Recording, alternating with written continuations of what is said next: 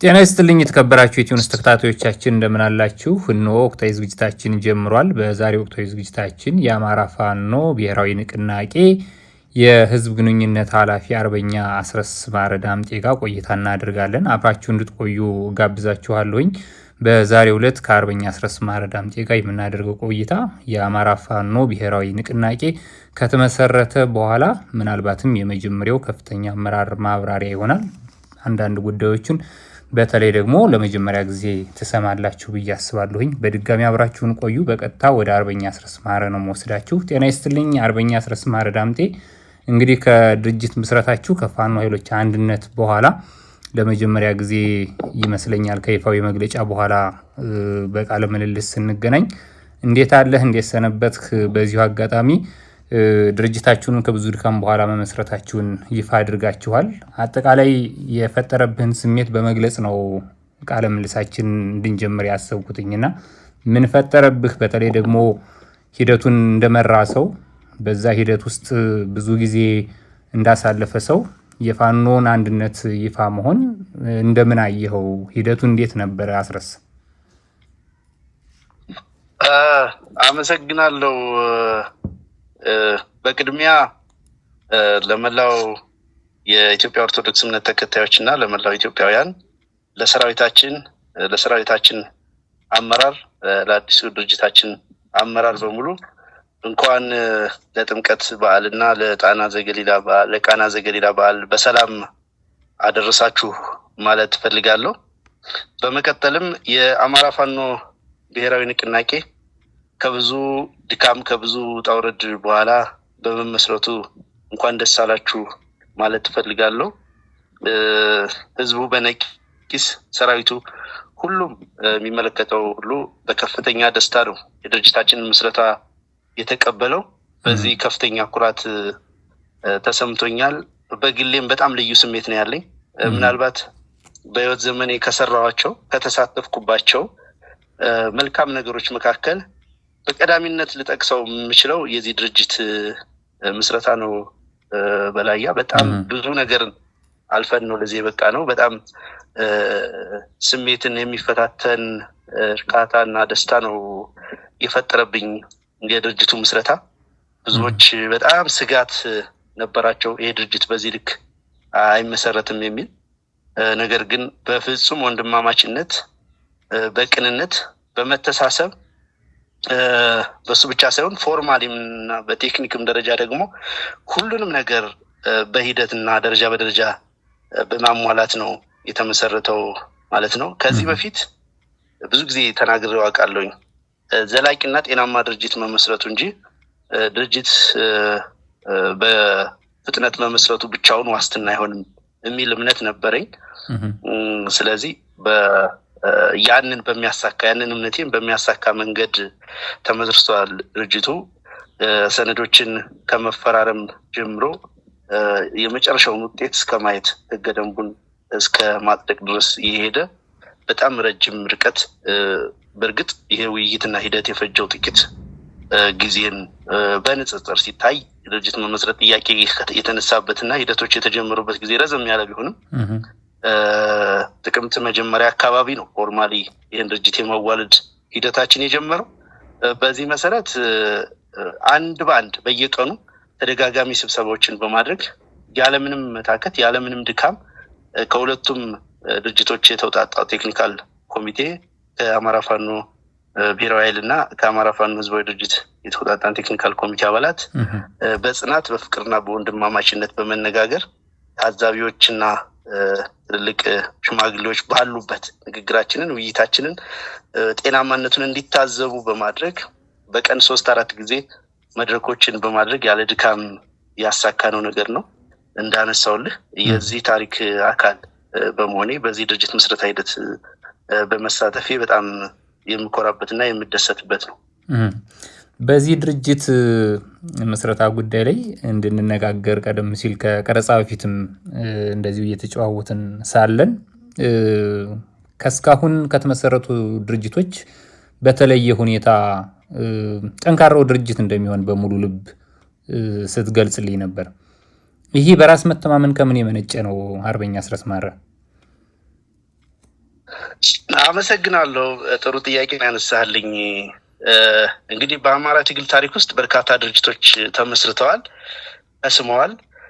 በተለይ በዚህ የፋኖ እንቅስቃሴ ከተጀመረ ጊዜ ጀምሮ ብዙ ድርጅቶች ተመስርተው እንደነበር እናስታውሳለን። ምናልባት በነዛ ድርጅት ምስረታ ሂደቶች የተሳተፉ ጓዶች፣ ወንድሞች አሁንም ከዚህኛው ድርጅታችን ጋር በአመራርነትም በአባልነትም ያሉ ስለሆነ የነሱን አስተዋጽኦ ለማኮሰስ አይደለም። ነገር ግን እነኚህ ከዚህ በፊት ተመሰረቱ ተብሎ የነበሩ የፋኖ አደረጃጀቶች በተለይ በስም ኢንክሉሲቭ የሚመስሉ ሁሉን የሚያካትቱ የሚመስሉቱ በጣም ብዙ ነገር የሚጎላቸው ነበር። በአንድ በኩል የሪፕሬዘንቴሽን ጉዳይ አለ።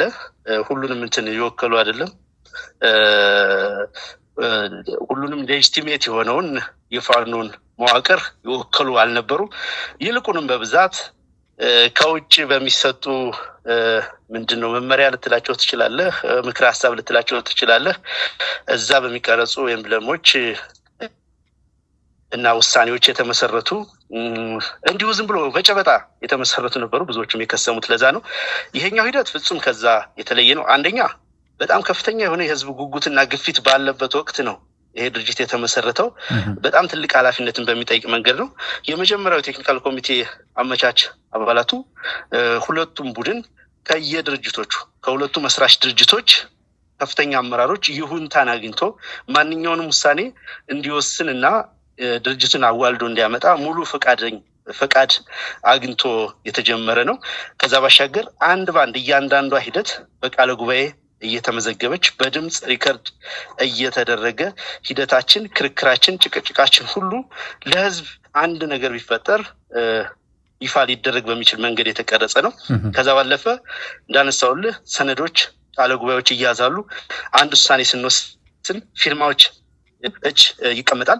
ስለዚህ በዛ መንገድ የተሰራ ስለሆነ መንገዶችን እያጠበብን ወደ አንድ ነገር የሚያመጣንን መንገድ ተከትለን መስፈርት ሳይቀር አውጥተን ጠቋሚ መስፈርቶችን አውጥተን እያንዳንዱ እጩ አመራር አሁን ይፋ የተደረገው ማለት ነው እጩ አመራር ሙሉ በሙሉ በዛ መስፈርት አልፎ ተገምግሞ ታይቶ አንተ ይሄ ይገባል፣ አንተ ይሄ አይገባም በሚል ምዘና አልፎ የተከናወነ እና ፍጹም ቅንነትና ወንድማማችነትን የተላበስንበት እንደው በግልም እዛም በነበረው ውይይት ሂስግላይስ የሚመስል ነገር ሁሉ ያደረግንበት እርስ በርስ የተራረምንበት በሂደቱም በጣም ረጅም ጊዜ ከመውሰዳችንም የተነሳ አንዳችን ሌላችንን በደንብ እንድንረዳ እንድናምን ከዚህ በፊት በሚዲያም በተለያየ መንገድ ባሉባልታ አንደኛው በአንደኛው ላይ ሲሰማው የነበረውን ተራ አሉባልታ ሁሉ በሚያጠራ መንገድ ትክክለኛ የአንድን አመራር ማንነት በትክክል እንዲረዳ በማድረግ ነው።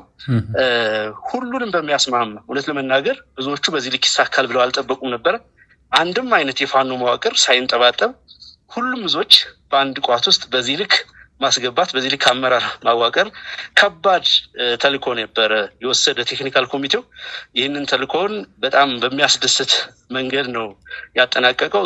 ሂደቱ ውጣ ውረዶች ነበሩት፣ መሰናክሎች ነበሩት። እነዛን መሰናክሎችና ውጣ ውረዶች ለማለፍ የተጠቀምነው ዊዝደም፣ የተጠቀምነው ቅንነትና ወንድማማችነት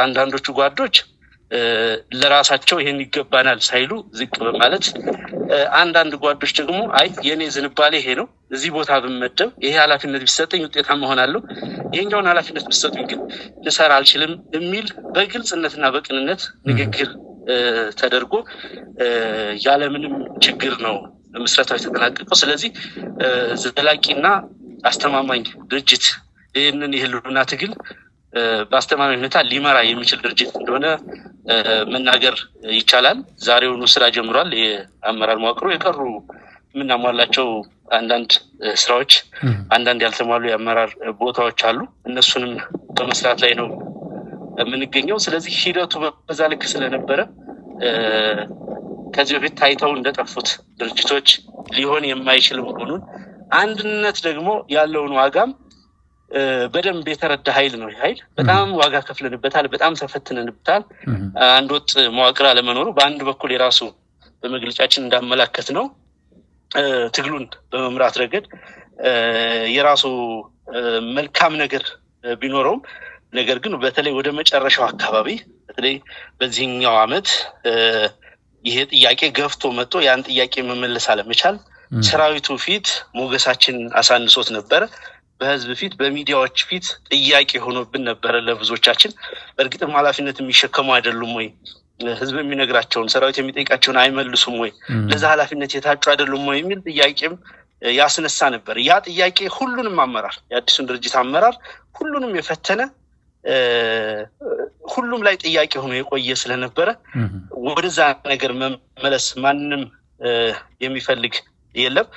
ከዛ ውጭ ሁሉም በቂ ኤክስፖዠር አለው። ከ30 ወራት በላይ ሆኖታል ይሄ ውጊያ ከተጀመረ። በዚህ ውስጥ የተዋጊ ኃይልን ነው የመራው። ተዋጊ ኃይልን መምራት በራሱ የሚሰጠው አቅም አለ። ኤክስፖዠሩ በጣም ትልቅ ነው። ከዛ የተገኘ ልምድ አለ። አንዳንዱም ቦታ ደግሞ በተለያየ አስተላለፍም ውስጥ ሆነን በተለያየ መዋቅር ውስጥ ሆነን ሞክረ ነው ስለመጣን። ስለዚህ የአንድነቱን ጣዕም በጣም ነው የምንፈልገው። አንድነቱ የሚያመጣውን ውጤት ሁላችንም በጣም ነው የምንናፍቀው። በእነዚህና ቀደምም ባነሳዋቸው በሌሎችም ምክንያቶች በድርጅቱ ዘላቂነት እና አስተማማኝነት ላይ ቅንጣት ታክል ጥርጣሬ የለኝም በእኔ በኩል። በጣም አመሰግናለሁ። ከዚሁ ጋር ተያይዞ ቅድም በተወሰነ መልኩ እያነሳው ነበር ከዚህ ከብልጽግና ካገዛዙ ጋር ያለው ፍላጎትና በፋኖ ሰራዊት በኩል ደግሞ አመራሮቹ ወደ አንድነት እንዲመጡ የነበረው ግፊት፣ የህዝቡ ፍላጎት በሁለቱም በኩል በተወሰነ መልኩ እያነሳው ነበር።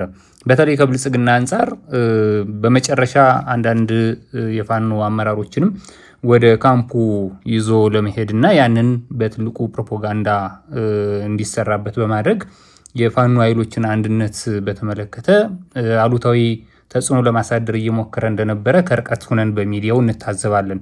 በስራ ሂደት የነበረውስ ምናልባት ከዛ በኋላ ድርጅቱ ከተመሰረተ በኋላ አንድነታችሁን ይፋ ካደረጋችሁ በኋላ በእናንተ በፋኖ ሰራዊት እንዲሁም ደግሞ በአገዛዙ በኩል የተፈጠሩ ስሜቶችን እንዴት ነው ያያችኋቸው? አሁን ላይ በአፋብን መመስረት ያስመዘገባችሁት ድል የምትሉት ነገር አለ ወይ? ከምስረቱ ጋር ተያይዞ በጠላት በኩል ከፍተኛ መደናገርና ከፍተኛ መደናገጥ ነው የፈጠረው። አብይ አህመድ ራሱ ታማኝ ሰዎችን ሰብስቦ ብዙ 100 ሚሊዮኖች መድብ ያለው መቼም አንድ ይሆናሉ ብላችሁ አትጠብቁ፣ በዚህ በኩል ስጋት አይግባችሁ ብሎ እስከመፎከር ደርሶ ነበር። በተጨባጭም አንድ እንዳንሆን በተለይ በሚዲያ በጣም ብዙ ስራዎች ተሰርተዋል። የማለየት ስራዎች ተሰርተዋል። በሶሻል ሚዲያ ገጾቻቸው የሶሻል ሚዲያ ሚሊሻቸው በጣም ብዙ ነገር ሲያደርግ ነው የነበረው። አንደኛውን እንዳጠለሻ አንደኛውን እንደጠላ አድርጎ ሲያወሩ ነው የነበረው። በድራፍት ቤት ሳይቀር ይሄ ማውዝ ቱ ማውዝ ባለ ኮሚኒኬሽን ራሱ ብዙ ስራ ሲሰራ ነው የቆየው የፋኖ አንድነት እንዳይመጣ። በእኛ በኩል ያገዛዙ የፖለቲካ ችግር ብለን የምናነሳቸው ለህዝብ ጥያቄ ተገቢው ምላሽ መስጠት የማይችል አገዛዝ ስለሆነ መቼውንም ሊያሸንፍ እንደማይችል ደጋግመን እንደምናገረው ሁሉ በጠላት በኩል የፋኖ ሰራዊት ደካማ ጎን ተብሎ ቁጥር አንድ የሚጠቀሰው ዋነኛ እንደ ድክመት ተደርጎ የሚጠቀሰው የአንድነት ጉዳይ ነበር።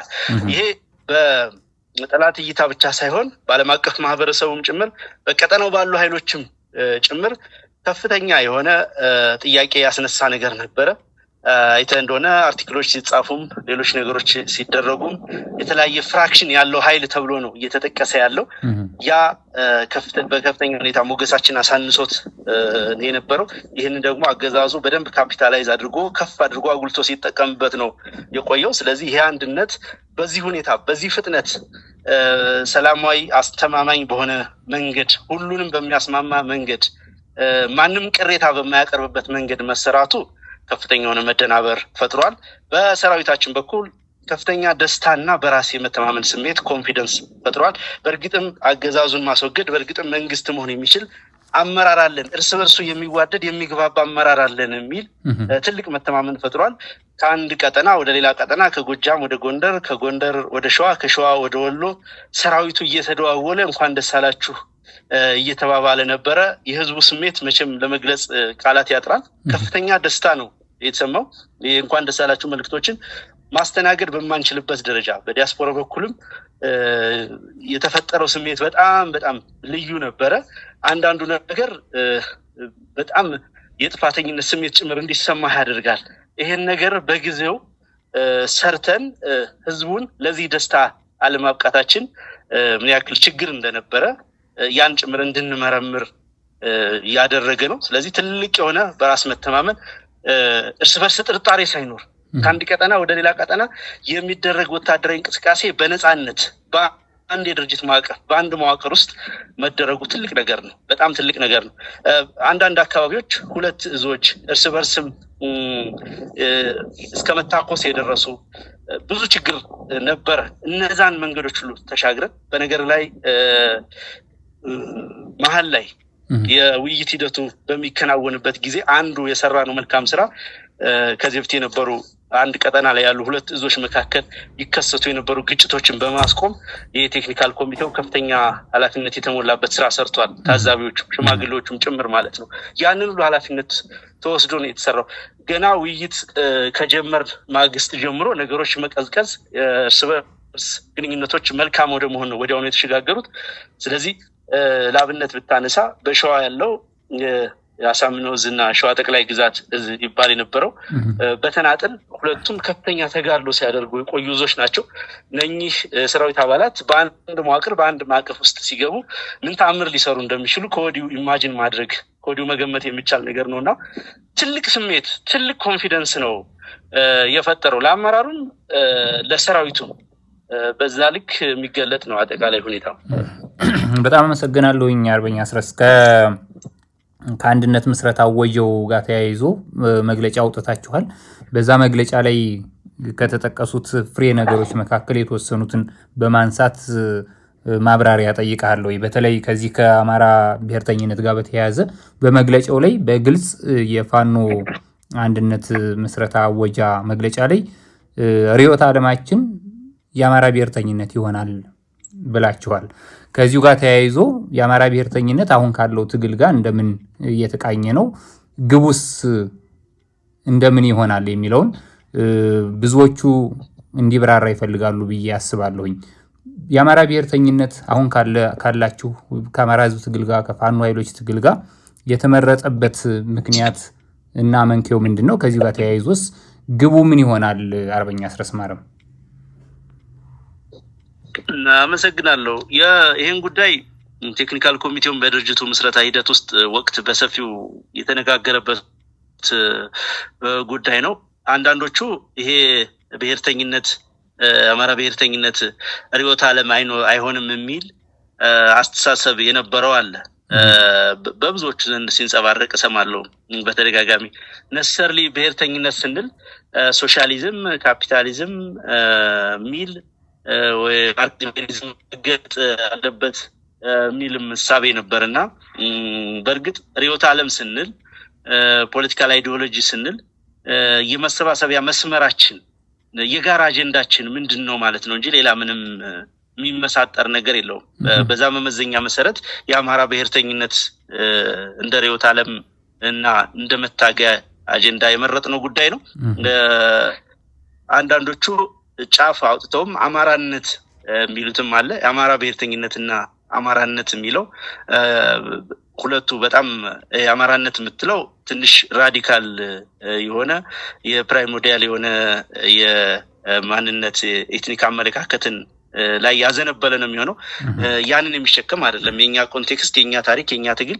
ስለዚህ የአማራ ብሔርተኝነት ነው የመታገያ አጀንዳችን ስንል በራሱ አማራነት ምንድነው፣ አማራ ማን ነው የሚለውን ነገር ኮንሴፕቹዋሊ ዲፋይን ተደርጎ ለማስቀመጥ አስቸጋሪ ቢሆንም በዚህ ሀገር ላይ ባለው አስተዋጽኦ ምክንያት በሀገረ መንግስት ግንባታ ሂደቱ በሌሎችም በታሪካዊ ክንውኖቹ በስነ ህንፃ፣ በቋንቋ፣ በኪነ ጥበብ፣ በስነ ቅርጽ፣ በተለያዩ ነገሮች ባደረገው በስነ መለኮት ባደረገው አስተዋጽኦ ምክንያት ህልውናው አደጋ ላይ የገባ ከአፍሪካ ነባር ስልጣኔዎች መካከል አንዱ የሆነውን ያቆየ ከቅኝ ገዢዎች ጭምር ዛሬ ኢትዮጵያ ያላትን መልክና ቁመና እና ቅርጽ ይዛ እንድትቀጥል ያደረገ የአውሮፓ ቅኝ ገዢዎች አፍሪካን በተቀራመቱበት ወቅት ያንን ቅኝ ገዢነት ሬዚስት አድርጎ የቆየ አስተሳሰብና የትኛውንም ኃይል የማይገፋ ይልቁንም የትኛውንም ህዝብ ማንነት፣ ቋንቋ፣ እምነት የሚጠብቅ እና የሚያስጠብቅ አስተሳሰብ ነው። አማራነት ስንል ኢትዮጵያ የአማራ ብቻ መሆን አለባት ለማለት አይደለም። የአማራ ብሔርተኝነት ስንል ሌላውን ለመግፋት፣ ሌላውን ለመጨቆን፣ በሌላው ላይ የራስን አቅም የራስን ቋንቋ ለመጫን በሚል ጠላቶች በሚነዙት መንገድ በነገራችን ላይ ይህ አስተሳሰብ ከዚህ ከ1960ዎቹ በኋላ የተቃኘ አስተሳሰብ እንጂ አማራነት ማለት የአማራ ብሔርተኝነት ማለት ሌላውን ጭምር የሚያቀፍ እንደሆነ ከታሪክ ወደ ኋላ መለስ ብለን መረዳት እንችላለን። እንዳጋጣሚ ነው አማራው ኢትዮጵያ ውስጥ የስልጣን ባለቤት በነበረበት ዘመን ሌላውም ህዝብ ተከብሮ ማንነቱን የቆየበት ጊዜ ነው። ቀደም እንዳነሳው ቅኝ ግዛትን ከመከላከልም ቀደም ሲል የነበሩ የቱርኮችን የሌሎችንም በቀጠናው የነበሩ ኢምፓየሮችን ወረራ በመቋቋም የትኛውንም ህዝብ ዛሬ ብሔር ብሔረሰብ የምንለውን ጭምር ማንነት ያቆየ አስተሳሰብ ነው። ስለዚህ በዛ ቅኝት ልክ ነው መሰባሰቢያ አጀንዳችን የአማራ ብሔርተኝነት ነው ስንል ይሄንን ማለታችን ነው። በእኛ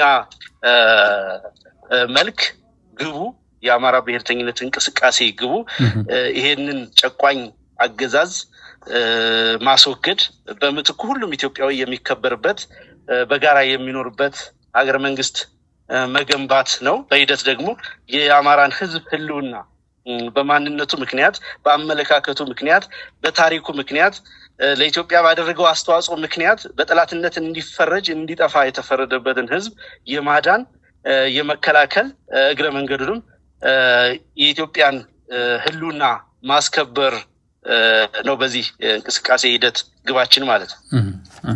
አሁንም በዚሁ በመግለጫችሁ ላይ አንድ ቦታ ላይ ወደ ስትራቴጂካዊ ማጥቃት ወይም ደግሞ ወደ ስትራቴጂካዊ ጉዳዮችና ስትራቴጂካዊ ስራዎች የምትሸጋገሩበት ወቅት መሆኑንና የድርጅቱ የአማራ ፋኖ ብሔራዊ ንቅናቄ ይፋ መሆን የፋኖ ኃይሎች አንድ መሆን ወደ ስትራቴጂክ ስራዎቻችሁ ጉዳዮቻችሁ የምታመሩበት እንደሆነ ጠቅሳችኋል።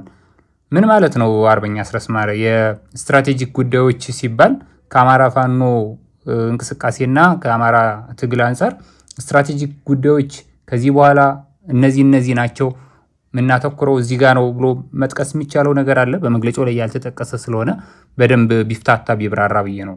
ምን ማለት ነው? ቀደም ሲል እንግዲህ የጦርነት በይፋ ከመጀመሩ በፊት በነበረው ፌዝ እና ብዙዎቻችን የተሳተፍንባቸው ፌዞች በተለይ የሰሜኑ የትግራይ ጦርነት ጋር በተያያዘ ተፈጥሮ የነበረ መሳሪያ የመታጠቅ የመሰልጠን ኦፖርቹኒቲን በመጠቀም በአጠቃላይ ብሔርተኝነቱን ሊሸከም ሊያስቀጥል የሚችለውን ትውልድ ሞቢላይዝ የማድረግ ስራ ተሰርቷልና ያ የሞቢላይዜሽን ደረጃ ካለፈ በኋላ አገዛዙ በይፋ ጦርነት በአማራ ላይ በጀመረ ጊዜ ጀምሮ ደግሞ የምከታ ስራዎች ነው ሲሰሩ የቆዩት። የአገዛዙን የአውዳሚነት የህዝብን ህልውና አደጋ ላይ የመጣል ወታደራዊ ወረራ እንቅስቃሴዎችን የመመከት ስራዎች በተሳካ ሁኔታ ተሰርተዋል። ከመመከትም አልፎ መልሶ የኃይል ግንባታ ስራ ውስጥ እንድንገባ ምክንያት ሆኗል። በርካታ የቡድን መሳሪያዎችን በመማረክ በርካታ የጠላትን ዩኒቶች በመደምሰስ ትልቅ የሆነ የመዋጋት ስነ ልቦናን በመላበስ በስልጠና በመደራጀት ዓለም አቀፍ ተሰሚነታችን እንዲያድግ በማድረግ ቀጠናው ላይ አንድ ኃይል ሆነን እንድንታይ በማድረግ በጣም በርካታ ደረጃዎችን አልፏል። ያንን በተሳካ ሁኔታ ነው ያጠናቀቅ ነው። ስለዚህ ወደ ሌሎች ትላልቅ ስትራቴጂካዊ ግቦች ለመንደርደር ያስፈልገን የነበረው የአንድነት ጉዳይ ነው። በዋናነት ስትራቴጂካዊ ግባችን የምንለው አገዛዙን ማስወገድ ነው። በዋናነት ከዚሁ ጋር የሚገናኝና እሱን በማስወገድ ጎን ለጎን ሊከወኑ የሚገባቸውም ሌሎች ስራዎች ይኖራሉ። ለምሳሌ የዲፕሎማሲ ስራዎቻችን እስካሁን ድረስ ተናጥላዊ 2-3 ነን ያለን በመሆናችን ቁጥራችን በመብዛቱ ምክንያት ዲፕሎማቲክ ኢንጌጅመንት ለማድረግ እንቅፋት ሆኖብን ቆይተዋል። የቀጠናው ኃይሎች ጋር ለሚደረግ ትብብርም እንዲሁ እንቅፋት ሆኖ ቆይቷል የአንድነታችን ጉዳይ። አሁን የቀጠናው ኃይሎችን ማስተባበርና አገዛዙን ማስወገድ ከዚሁ ከስትራቴጂካዊ ግቦቻችን ጋር የሚገናኝ ስለሆነ ከሌሎች ኢትዮጵያ ውስጥ ካሉ በአፍሪካ ቀንድ ቀጠና ካሉ የፖለቲካ ኃይሎች ጋር በጋራ ለመስራት አንድ ወጥ ድርጅት አንድ መሪ ያስፈልገን ነበረ። ያንን ማሳካታችን ከዚህ በፊት በተናጠል የተጀመሩትንም ወደፊት ለመግፋት እንደ አዲስም ለመጀመር ትልቅ ነገር የሚያመጣ ነው። በዲፕሎማቲክ ማህበረሰቡና በዚህ በምዕራባውያን በኩል የሚኖረው እይታም ሙሉ በሙሉ የሚቀይር ነው። ያ እይታ መቀየሩ በአንድ በኩል ለጠላት የሚደረግ ድጋፍ የሚደረግለት ስልታዊ ድጋፍ በማቴሪያል፣ በገንዘብ፣ በሞራል፣ በእውቅና በተለያየ መንገድ የሚደረገው ድጋፍ እንዲቀንስ ያደርገዋል። በሌላ በኩል ደግሞ ለወገን ኃይል ለድርጅታችን የሚኖረው እይታ 100% ይቀየራል። አገዛዙ ሲወገድ ተተኪ ኃይል ይፈልጋል። ተተኪ ፖለቲካ ኃይል፣ ተተኪ ወታደራዊ ኃይል ይፈልጋል። ለዛ አማራጭ ኃይል ሆነን መታየት አለብን። ይህን አማራጭ ኃይል ሆነን ለመታየት ደግሞ በዚህ በቀጠናው መልካ ቀጠናዊ አመለካከት ውስጥ አንድ አካል አንድ ፕሌየር ትልቅ ተጫዋች ሆነን መገኘት ይጠበቅብናል። ለዛ ራሳችን ማዘጋጀታችን እንደገና ተመልሶ የሚፈጥርልን የተለየ አቅም ይኖራል ማለት ነው። እነኚህን ነገሮች ለማመላከትና የመጨረሻውን ስትራቴጂክ ግብ ወይም አገዛዙን የማስወገድ ተልዕኮ ለማሳካት ይጠቅመናል በሚል ነው ያ ነገር ለመገለጽ የተሞከረው።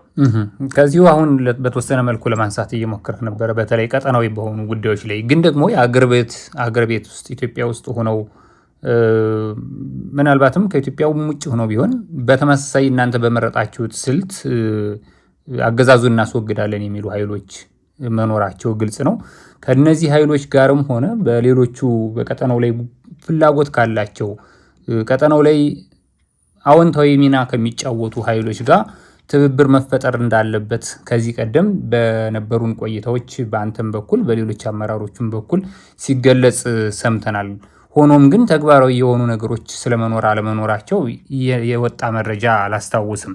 ቢሆንም ከፋኖ ኃይሎች ጋር ተያይዞ ከዚህ ቀደም ልክ አሁን ስታነሳ እንደነበረው በአንድነት ባለመቆማቸው የተለያዩ ድርጅቶች በመኖራቸው ይህንን በተመለከተ ወጥ የሆነ አተያይ እንዳልነበርም መገመት ይቻላል። ምናልባትም ደግሞ ቢኖርም በዛ መልኩ አልተገለጸም።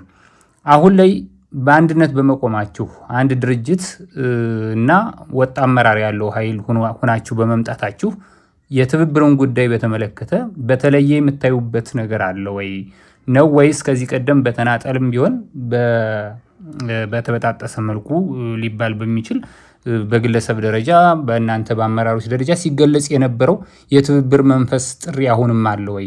ምንድነው ከዚህ ጋር ተያይዞ ቀጣይ ምናልባት የተለወጠ ነገር ካለ የሚጠበቀው ምንድነው? የፋኖ ኃይሎች አንድ መሆን ከቀጠናዊና ሀገራዊ የትብብር ማዕቀፎች አንጻር የእናንተ የፋኖ ኃይሎች አቋም እንደምን ያለ ነው? አርበኛ አስረስ ማረ ዳምጤ።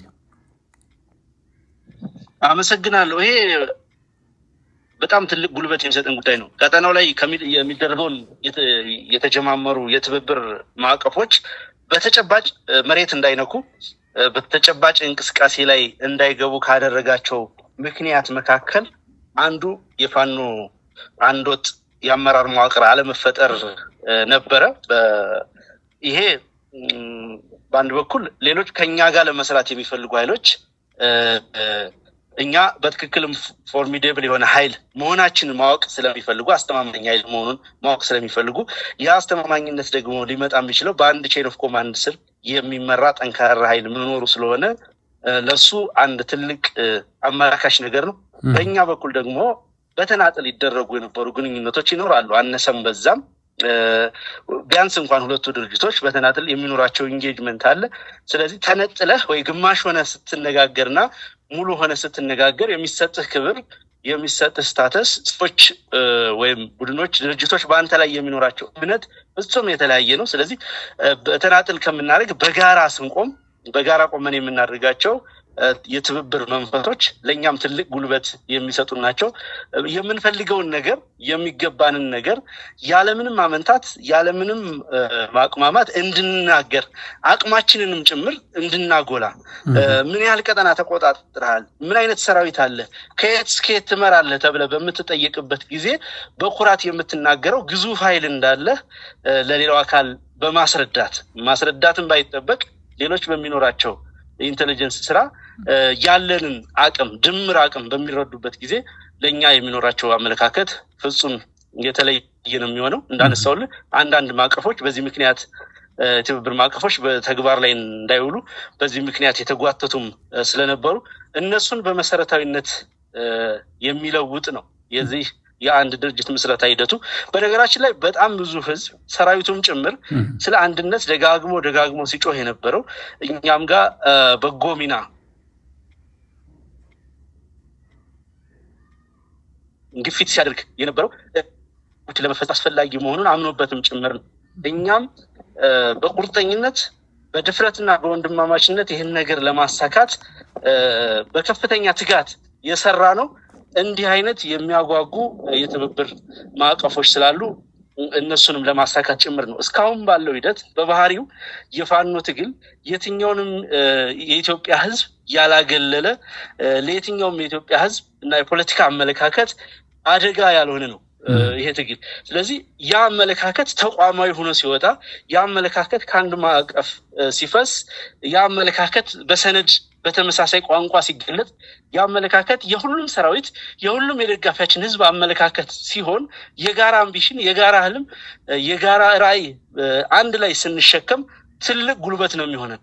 ከአማራው አልፈን ለሌላው ኢትዮጵያዊ ህልውናው አደጋ ላይ ለገባ ሁሉ ዋስትና የሚሆን ትልቅ ድርጅት ትልቅ ተቋም ነው የተፈጠረውና ቀጠናው ላይ የሚኖረውንም የፖለቲካ አሰላለፍ ሊቀይር ሊለውጥ የሚችል አንዳንድ ቦታ የሚኖሩ አሰላለፎችንም ከአንዱ ወደ አንዱ ሊያዛምም የሚችል በተለይ እዚህ መካከለኛው ምስራቅ ሀገራት ዩናይትድ አረብ ኤሚሬትን ጨምሮ ቀጠናውን በማተራመስ የተለያየ ነገር በማድረግ ሲፈጽሙት የነበረውን አዋኪ ተግባር መልሰው እንዲያጤኑት የሚያደርግና ለአብይ አህመድን የፈለገ አይነት ነገር ድጋፍ ቢደረግለት የፈለገውን ድሮም ቢታጠቅ ሌላም ነገር ቢደረግለት እንኳን ይህንን ኃይል ማሸነፍ እንደማይችል የፋኖ ኃይል አንድ ከመሆን የአብይ ሴራ፣ ተንኮል፣ ወታደራዊ እንቅስቃሴና ሌሎች የፖለቲካ ስራዎች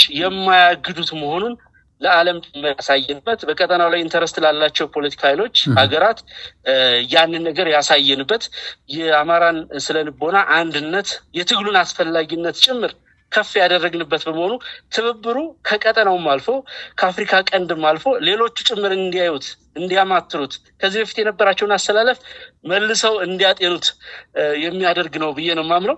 በተለይ ከዚህ አንድነት በኋላ በሚከናወኑ ወታደራዊ እንቅስቃሴዎችና ሌሎች ተግባራት ፖለቲካዊ የህዝብ ግንኙነት ስራዎች በበለጠ ሲታጀብ እና የዲፕሎማሲ ስራዎች ሲጨመሩበት ደግሞ እንዳነሳውልህ የአማራ ህዝብ ጥያቄ ለዓለም መድረክ በሚገባ የሚሸጥበት የአማራ ህዝብ ጥያቄ የአማራ ህዝብ ትግል ለሌላው ኢትዮጵያውያን ጭምር ዋስትና መሆኑን በተግባር የምናረጋግጥበት ፕላትፎርም ነው የዚህ ድርጅት ምስረታ ሂደትና በጣም በርካታ ነገሮችን የሚያሳካ ለዛም ነው በርካታ መሰናክሎችን እና ውጣ ውረዶችን ማለፍ የነበረበት ብዬ አምናለሁና ትብብርን በተመለከተ አዲስ ኢነርጂ የሚፈጥር ትልቅ እና ተጨባጭ ቁም ነገርን ሊያመጣ የሚችል ነገር ወልዷል የድርጅቱ መመስረት። እንግዲህ ውጤቱ በጋራ የምናየው ነው የሚሆነው። በእርግጠኝነት የምናገረው ግን ከዚህ በፊት ከነበረው በብዙ እጥፍ የተሻለ ነገር ትብብሩ ላይ መስራት ይቻላል። አንዳንዶቹ እንደ ፕሪቴክስት እንደ ምክንያትም ሲቆጥሩት የነበረ የአንድነት ጉዳይ አለ። ለአንዳንዶቹ ደግሞ በተጨባጭ ከማንኛቸው ጋር ኢንጌጅ እናድርግ ምን እናድርግ የሚል ነገር ተቸግረውበት የነበረው ሁኔታ አለ። ስለዚህ ለሁለቱም መልስ በሚሰጥ መንገድ ቀጠናው ላይ እና አጠቃላይ ትግሉ ላይ ኢንተረስት ላላቸው ኃይሎች ትልቅ መልእክትን ያስቀመጠ የድርጅት ምስረታ ሂደት ነው። ብዙ ለውጦችን ያመጣል ያንን ተከትሎም ብዬ አምናለሁ። እንዲያው አስረስ በመጨረሻ ከዚሁ ከፋኖ ኃይሎች አንድ አለመሆን ጋር ተያይዞ በሌላውም ማህበረሰብ ምናልባትም መሬት ላይ ካላችሁት የፋኖ ቀጥታ ታጋዮች ውጪ ባለው በደጋፊዎች ዘንድ በዳያስፖራው ዘንድ የበለጠ እኩል እንኳን ቢሆን አንዳንድ ጊዜም የበለጠ ሊባል በሚችል ሁኔታ ባሉት የሚዲያ አማራጮች ሁሉ የልዩነት ሀሳቦች ሲንጸባረቁ እንዲያው መሰረታዊ ጉዳዩ ላይ ከማተኮር ይልቅ በእርስ በርስ መሻኮት ላይ የተመሰረተ ግንኙነትን ስንታዘብ ነበረ።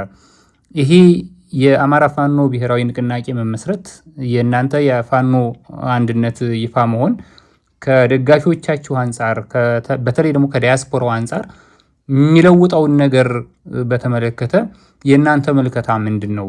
የምታስተካክሉት እናንተም አመራር የምትሰጡበት ጉዳይ ነው ወይስ ራሱ ሂደቱ የሚፈጥረው የተለየ ነገር ይኖራል? ምንድን ነው መልከታችሁ? ከዚህ በፊት የነበረውን በብዙ አማራጭ ስንከታተለው እንደቆየ ነው የልዩነት ሀሳቦች በሰፊው የሚዛመቱበት እንደነበርም የታዘብነው ጉዳይ ስለሆነ ያ ይለወጣል። እንግዲህ ከዚህ በፊት ካለ የዲያስፖራው ማህበረሰብ ምንድነው እንደ ቋንቋው ትንሽ የሚያስቀይም እንዳይሆን ይቅርታ እንጂ የተነቀለ በአካልም በመንፈስም ከሀገሩ የተነቀለ በመሆኑ ምክንያት ኔጌቲቭ ኮኖቴሽን እንዳይኖረው ቋንቋው በቂ መረጃና እይታ የሌለው በመሆኑ ምክንያት ብዙ ችግሮች አሉ። አንዳንዶቹ በቂ አቅም እያላቸው ያንን አቅማቸውን ያልተገባ ቦታ ሲያውሉት ታያለህ። አንዳንዶቹ ደግሞ ለነሱ ዴይሊ ሪፖርት እንድታረግ እንድታወራ ይፈልጋሉ። ተደውሎ ስልክ ካልመለስክ ቲክቶክ ላይ ወጥቶ የሚሰድብ ሁሉ አለና ብዙ አይነት ባህሪያትን አለ። በራሱ ዲያስፖራነት ከሀገር መውጣት በሰው ሀገር መኖር የሚፈጥረው ስሜት የሚፈጥረው ስነልቦና መቃወስ አለ። እዛ ላይ ደግሞ የፖለቲካ አመለካከት ችግሮቻችን አሉ፣ የቆዩ ያደሩ ከዚህ በፊት ከነበረው ፖለቲካ እንቅስቃሴ የተዋረሱ መጥፎ ተንኮሎች፣ ሴራዎች በቂ ትኩረት አልተሰጠኝም፣ ቦታ አልተሰጠኝም፣ አማካሪ መሆን አለብኝ፣ በዚህ ልክ መሳተፍ አለብኝ የሚል ብቻ በዚህ ምክንያቶች የነበሩ አፍራሽና አሉታዊ ሚናዎች ነበሩ። እነዚህ በተፈጥሯቸው ከዲያስፖራ ማህበረሰብ በተፈጥሯቸው ሊመነጩ የሚችሉ ችግሮች ይሻሻላሉ የሚል እምነት የለኝም። በሌላ በኩል ግን ብዙዎቹን ስንወቅሳቸው መጀመሪያ ራሳችሁ መቻ አንድ ሆናችሁ ዲያስፖራ ማህበረሰብ አንድ ይሁን፣ ታጋዩ አንድ ይሁን፣ በውጭ የሚኖረው አንድ ላይ ሆኖ ይታገል ብላ ለመጠየቅ ሞራል አላችሁ እናንተ ለምን አንድ አልሆናችሁ ምን በሚልም የሚነሳ ነገር በመስጋት በቁጣ ተናግረን አናውቅም። በዚህ ረገድ ከዚህ በኋላ በእኔ እምነት አንድ ድርጅት ተወልዷል። ብዙዎች የታመሙበት፣ ብዙዎች የደከሙበት፣ ብዙዎች መስዋዕትነት የከፈሉበት በጣም በብዙ ድካምና ውጣ ውረድ ግዙፍ ድርጅት አዋልደናል። ይህንን ግዙፍ ድርጅት መደገፍ፣ ከዚህ ግዙፍ ድርጅት የሚወጡ መመሪያዎችን፣ ተልኮዎችን መፈጸም ማንኛውም ይህን ትግል የሚፈልግ ሁሉ ግዴታው ነው ብዬ አስባለሁኝ። የሚዲያው ባለሙያዎችም ሁኑ ሌሎቹ ማለት ነው። ከዛ በተቃራኒ የሚሰለፍ ለምሳሌ ከሌ የሚባል ፋኖ አመራር ሳይሆን ቀረ ከሌን በዚህ አጋጣሚ የምነግርህ ፋኖ አመራር በሙሉ በነፃ በመልካም ፈቃደኝነቱ ነው ይሄ ድርጅት የተመሰረተው። ያ ሲባል አልፎ አልፎ ግለሰቦች ላይ ጥያቄ የሌላቸው አልኖር ብሎ አይደለም። ነገር ግን በአብላጫው ድምፅ እየታየ ዲሞክራሲያዊ በሆነ መንገድ እየታየ የተዋቀረ አመራር ነው። ማንም እንዲገፋ አንዳችም ስራ አልተሰራም፣ ማንምም አልተገፋም። ማንም የበለጠ እንዲያገኝ የተለየ ስራ አልተሰራም። ይሄንን ሂደቱን እንደመራ በሂደቱ እንደተሳተፈ አካል በሙሉ እርግጠኝነት ነው የምናገረው። ሁሉንም ያስደሰተ ሁሉንም ያስማማ። እንግዲህ ያስደሰተ ያስማማ የሚለው ዝም ብሎ ለምሳሌ ከ20 ከ30 አመራር መካከል አንድ የማትስማማበት ሰው አይ ከለዚህ ቦታ ባይሆን የምትለው ሊኖር ይችላል። በመሰረታዊነት ግን በድርጅት መስረታ ሂደቱ እጅግ ጤናማና ዲሞክራሲያዊ በሆነ መንገድ የተደረገ የድርጅት መስረታ ሂደት ነው። ይህንን እንደ ሰበብ በመጠቀም ወይ የአመራር እዚህ ሆነ እዛ ሆነ የሚል ነገርን ምክንያት በማድረግ ከአሁኑ ድርጅቱን ዝቅ ለማድረግ ለመከፋፈል፣ ለማንኳሰስ ስራ የሚሰሩ ካሉ የብልጽግናን የጠላትን ተልኮ የተሸከሙ ብቻ ናቸው ብዬ ነው መናገር የምችለው። ምክንያቱም ከጉዳዩ ባለቤቶች በላይ ስለ ጉዳዩ መግለጽ ያለበት አለ ብዬ አላምንም። በሂደቱ በብዙ መከራ መካከል አልፎ ነው ይሄ የፋኖ አመራር ይሄን ድርጅት ያዋለደ። ስለዚህ ይሄንን ድርጅት መጠበቅ የሚወጡ መመሪያዎችንም መከተል ያስፈልጋል ብዬ አምናለሁ። በበኩላችን የተቋቋመው የውጭ ጉዳይ መምሪያ አለ። በስሩ የሚቋቋሙ ዲፓርትመንቶች ይኖሩታል። በእርግጠኝነት የዲያስፖራ ጉዳይ አንደኛው ነው። ስለዚህ በዛ መሰረት መዋቅራዊ በሆነ መንገድ የዲያስፖራውን ትግል ለመምራት አመራሩ በሙሉ ቁርጠኝነት እና በቅንነት ይሰራል። ለዛ ተባባሪ ሆኖ መገኘት እንግዲህ የዲያስፖራው ድርሻ ነው ብዬ አምናለሁ። በጥቅሉ ግን ከዚህ በፊት ከነበሩት የተሻለ ነገር እንደሚኖር እሙን ነው። ምክንያቱም በአንድ መዋቅር ስር ያለ ከአንድ ማዕቀፍ የሚወጣ መመሪያን ነው ልንከተል የምንችለው። የምንፎካከርበት እድል የለም። አንደኛው አንዱን ይዛ አንደኛውን ክፍለ ጦር እየደገፈ አንዱን እንዲያጠፋ ስምሪት ልትሰጣጥ የምትችልበት በር 100% ተዘግቷል። ምክንያት የሚባል ነገርም የለም። ስለዚህ በዚህ በተዘጋ በር ተበርግዶ ደግሞ ተመልሶ ሌላ ጣጣ እንዲፈጠር አንሰራም፣ ወይም ያ እንዳይሆን በጽናት እንታገላለን። አመሰግናለሁ። አርበኛ አስረስ ማረ ዳምጤ የአማራ ፋኖ ብሔራዊ ንቅናቄ የህዝብ ግንኙነት ኃላፊ እንዲሁም ደግሞ የፋኖ ኃይሎች የአንድነት ስራን በተመለከተ በአመራርነት ከመሩት መካከል ምናልባትም የኮሚቴው ሰብሳቢ መሰልከኝ በሂደቱ ላይ የነበሩ አጠቃላይ ሁኔታዎችን በተመለከተና ስትራቴጂካዊ ጉዳዮችን በተመለከተ ለኢትዮ ኒውስ የሰጠውን ማብራሪያ ተመልካቾቻችን እንደሰሙት ነው። በጣም አመሰግናለሁኝ። መልካም ጊዜ እንዲሆንልህ እመኛለሁ። አመሰግናለሁ።